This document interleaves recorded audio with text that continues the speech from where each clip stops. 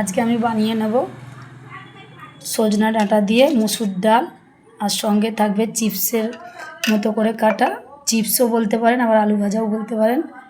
এই দু রকম রেসিপি আজকে বানাবো। তাহলে কিভাবে বানাচ্ছি আপনারা ভিডিওর মাধ্যমে দেখতে থাকুন। আর ভিডিওটা দেখে ভালো লাগলে ফলো দিয়ে রাখবেন, ইউটিউব দিয়ে দেখলে সাবস্ক্রাইব করে রাখবেন। তাহলে ভিডিওটা শুরু করি। ডালটা বানাবার জন্য আমি ডালটাকে ধুয়ে নিয়েছি, আর ডাঁটাগুলোকে খোলা ছাড়িয়ে ছোটো করে কেটে নিয়েছি। লাগবে শুধু পেঁয়াজ আর কাঁচা লঙ্কা, এটাতে বেশি কিছু লাগবে না, তাই এই কটা আমি কেটে ধুয়ে নিয়েছি।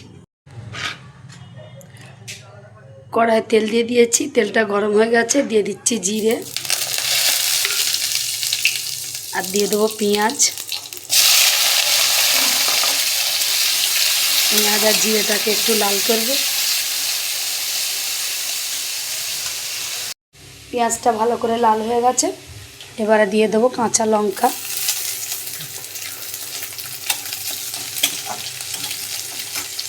আর দিয়ে দেবো ধুয়ে রাখা মুসুর ডাল।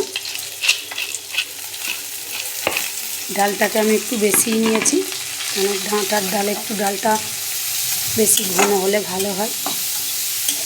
এবার ডালটাকে আমি একটু কষিয়ে নেবো ভালো করে। তেল পেঁয়াজের সঙ্গে ভালো করে কষাবো ডালটাকে।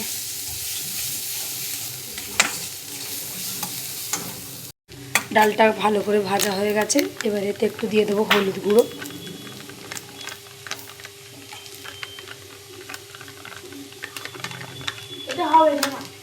হলুদটা দিয়ে আর একটু ভাজবো।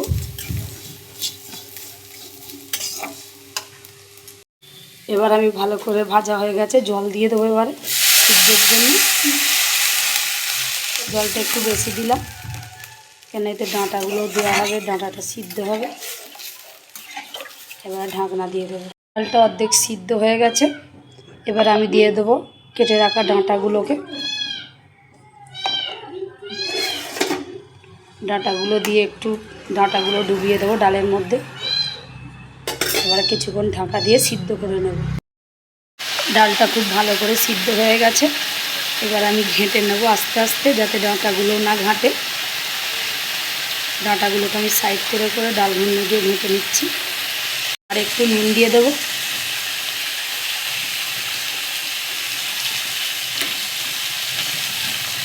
নুনটা দিয়ে অল্প একটু জল দিয়ে দেবো। জলটাকে দিয়ে দিচ্ছি।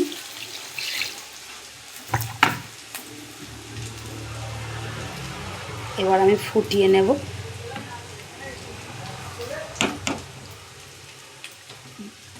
বেশি চাপলে ডাঁটাগুলো গলে যাবে, তাই বেশি চাপ দিলাম না, আর ফোটা পর্যন্ত অপেক্ষা করব। ডালটা ভালো করে ফুটে গেছে, এবার উপর দিয়ে আমি দিয়ে দেবো একটু জিরে গুঁড়ো,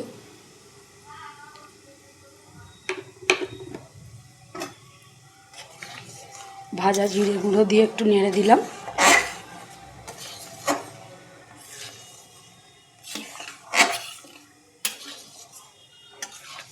ভালো করে ডালটাকে আমি ফুটাবো একটু।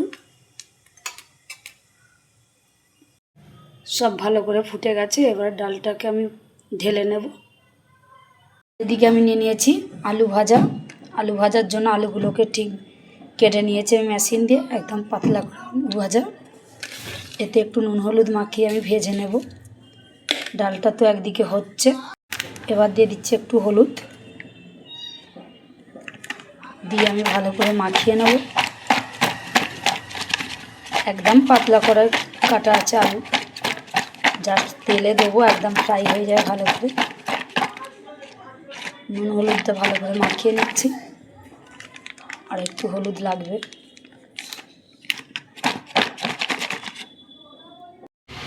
এবারে কড়াই আমি তেল দিয়ে দিয়েছিলাম, তেলটা ভালো করে গরম হয়ে গেছে, একে একে আলু ভাজাগুলো দিয়ে দেবো। একবারে হবে না, একবারে যা হচ্ছে তাই দিলাম, আর একবার দিয়ে নেব।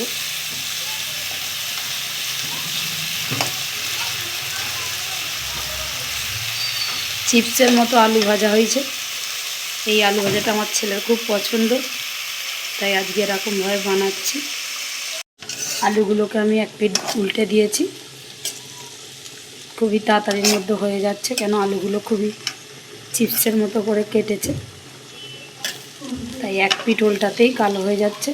এবার আরও যেগুলো আছে আমি একধারে দিয়ে দেব, এগুলোকে সাইড করে ওগুলোকে দিয়ে দেবো, তাহলে সব একসঙ্গে হয়ে যাবে।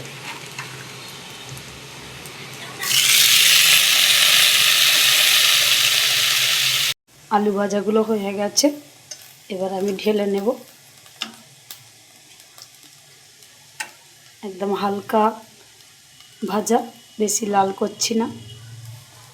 এবারে তুলে নেব। ডালটা আর আলু ভাজাটা হয়ে গেছে, এবার আমি ঢেলে নিয়েছি।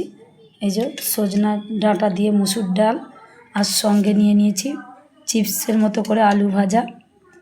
এটা আমার ছেলের পছন্দ, তাই আজকে বানালাম। আর ভিডিওটা দেখে ভালো লাগলে আপনাদের ফলো দিয়ে রাখবেন, ইউটিউব দিয়ে দেখলে সাবস্ক্রাইব করে রাখবেন, আর আপনারাও বানিয়ে খেয়ে দেখতে পারেন, ভালো লাগবে।